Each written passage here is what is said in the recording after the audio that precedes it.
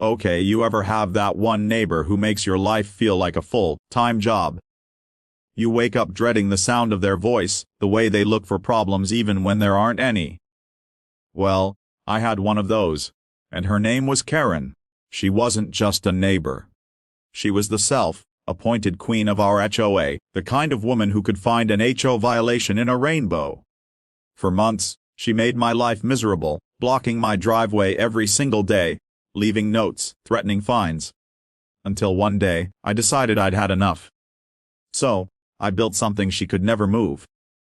And what happened next changed everything, for both of us. When I bought my first home, I thought I was stepping into peace. A quiet cul-de-sac, maple trees lining the street, kids riding bikes, the smell of fresh cut grass. Everything a small-town dream was supposed to be. I'd worked years to get there. Late nights, double shifts, saving every dime. That little, two-story brick house wasn't just a building, it was proof that all my hard work meant something. But then there was her. Karen lived right next door. Blonde bob haircut, pastel cardigans, a clipboard that might as well have been her scepter. She introduced herself on day one by pointing out that my trash bins were 3 inches too far from the curb. "Just so you know, the HOA can fine you for that," she said with a tight smile that didn't reach her eyes. At first, I laughed it off. Everyone has quirks, right? But Karen's quirks had claws. The first week, she complained about my porch light being too bright. The next, she said my grass wasn't uniform. Then one morning, I walked out to find her SUV parked halfway across my driveway. I figured it was a mistake. Maybe she had guests or something, so I knocked politely on her door. She opened it, already rolling her eyes. "Can I help you?" Your car's kind of blocking my driveway."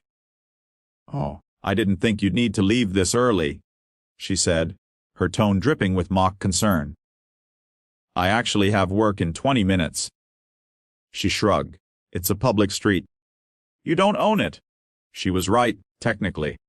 But still, common courtesy exists for a reason.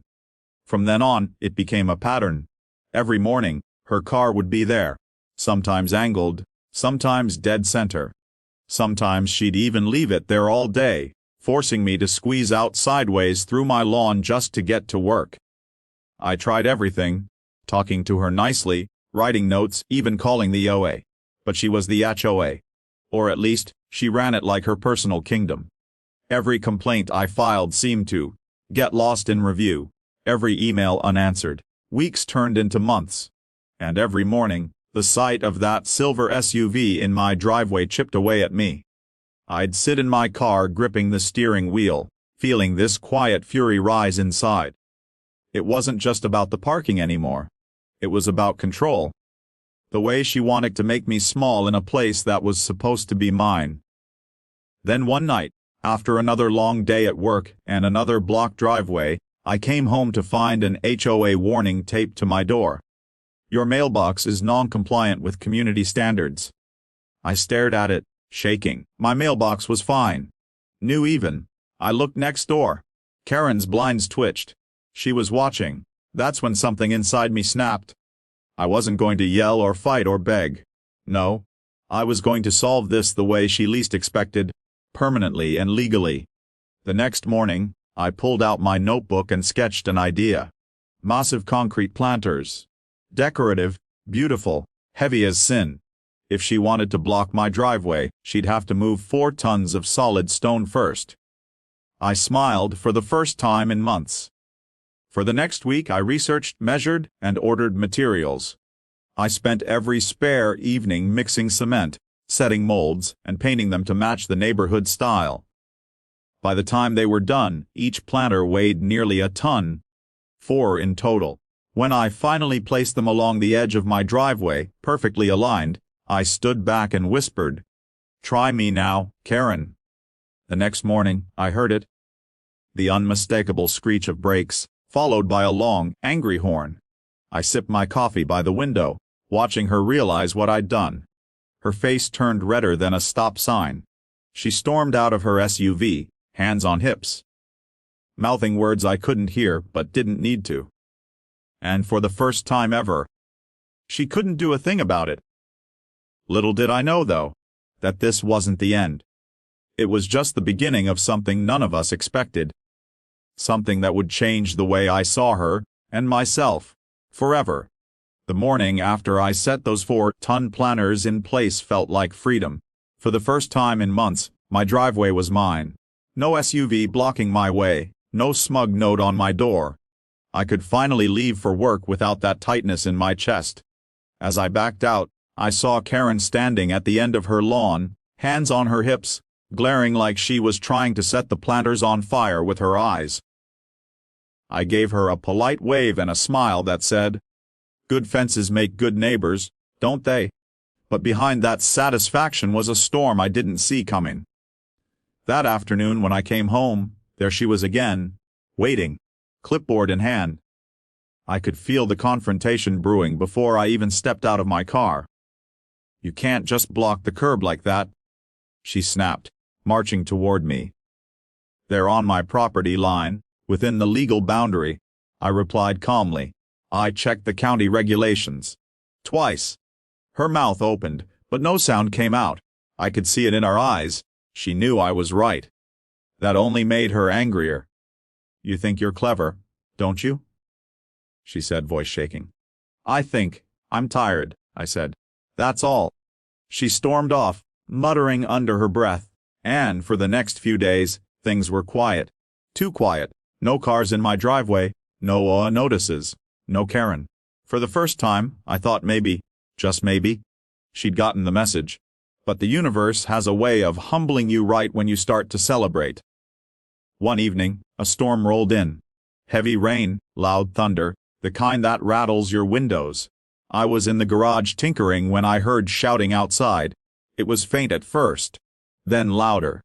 A woman's voice. I ran out to the driveway and saw a figure near the planters. Karen. She was struggling, slipping in the mud.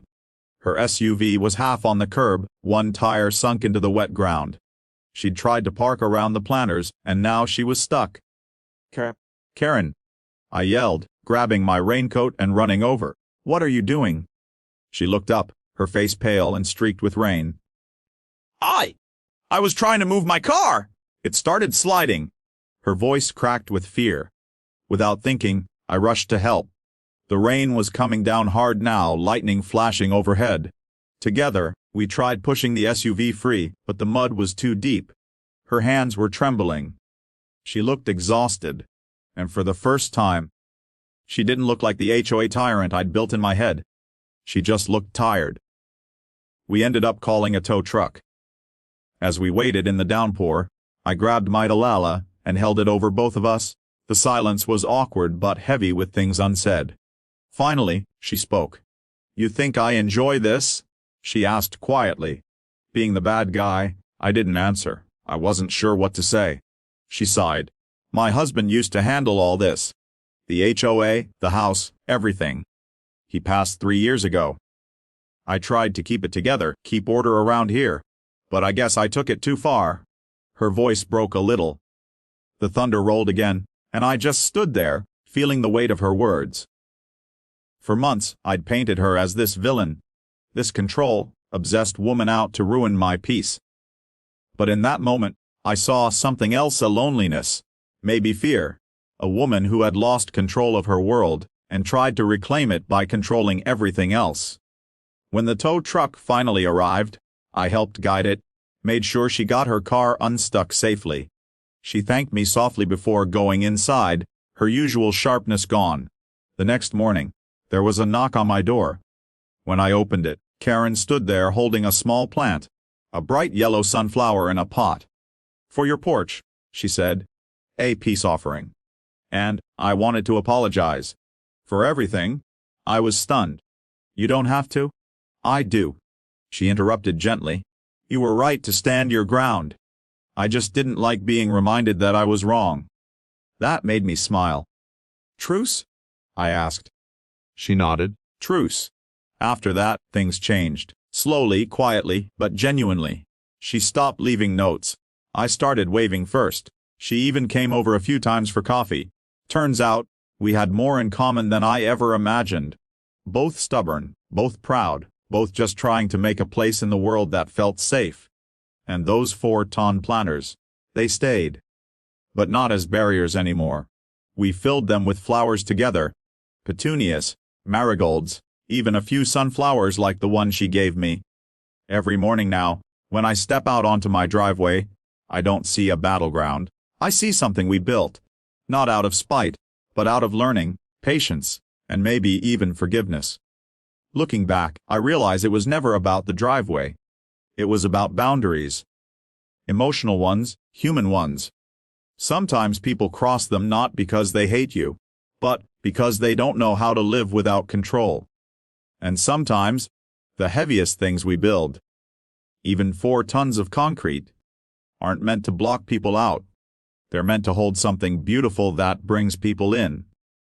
So yeah, the planters still stand there, strong, immovable, and blooming brighter than ever.